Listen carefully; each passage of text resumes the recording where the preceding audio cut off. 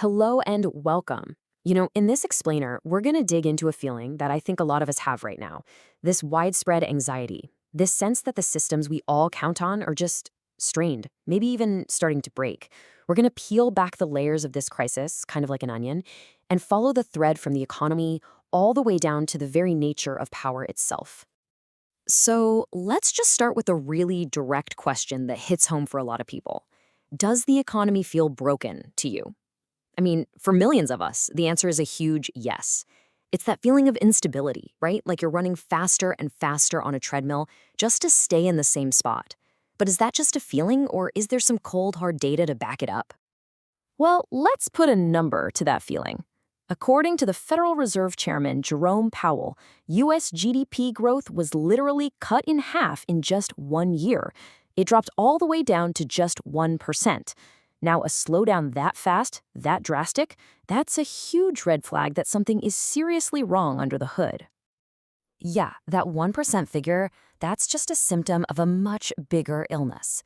To really get what's going on, we need to start with the most obvious warning signs. This is us peeling back that first layer of the problem.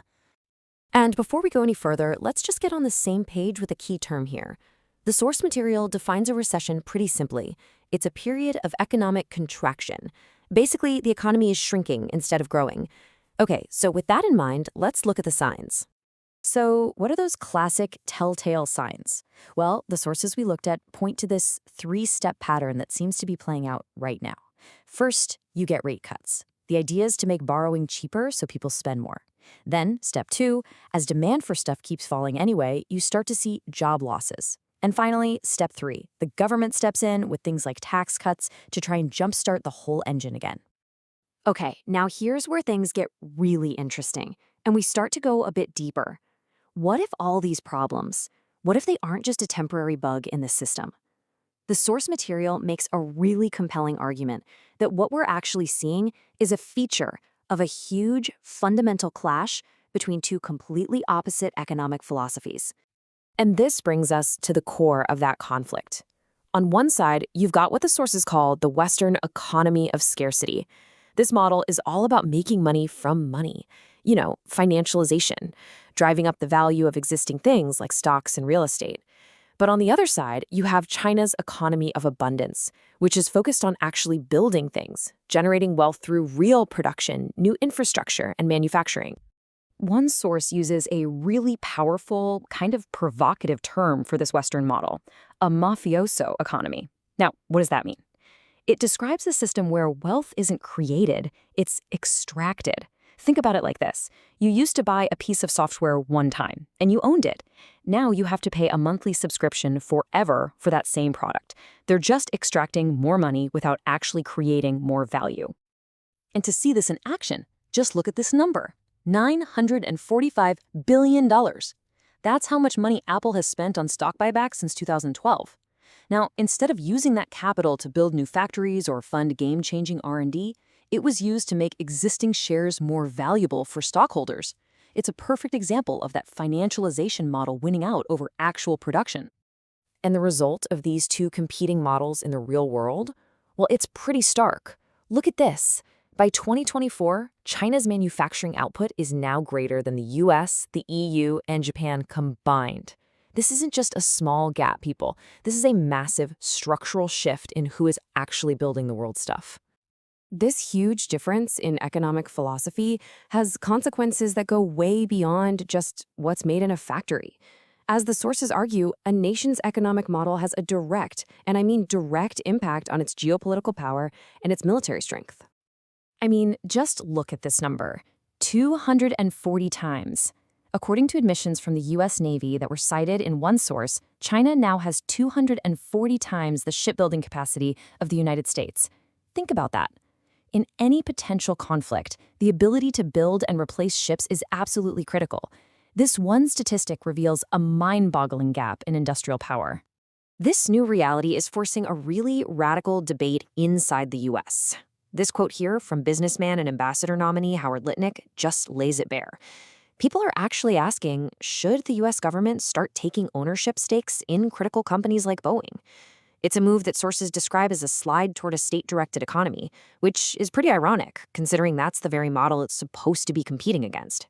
So if you can't outproduce your rivals, what's plan B? Well, one source argues that the US is now pursuing a strategy of disruption.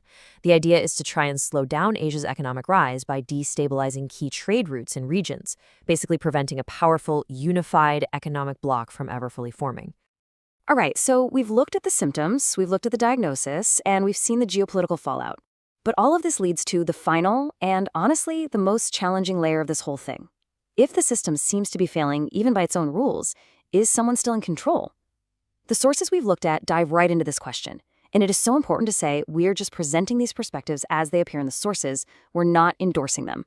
One concept that comes up is technocracy. The sources define this as a system of governance run by technical experts, not politicians. It's described as the science of social engineering, basically running society like a highly efficient machine to produce and distribute goods and getting rid of messy things like politics in the process. So, how might a technocracy actually be put into practice? Well, one source points to the trillion-dollar biotech industry as a potential way to do it, but claims the whole effort is failing. This source argues that mRNA vaccines were supposed to be the flagship product, but they didn't stop infection. It also points out that Japan, which had the highest vaccine uptake, is now seeing the world's highest excess death rate. The source concludes that the industry's big push for deregulation now is really just a sign of desperation. You know, this whole idea of some kind of hidden control system, it's not exactly new. To give this discussion some context, the source material points back to this 1961 speech from President John F. Kennedy, where he actually warned of a monolithic and ruthless conspiracy that operates in the shadows. It's a theme that keeps coming up in this analysis. So if a conspiracy like that existed, how would it maintain control?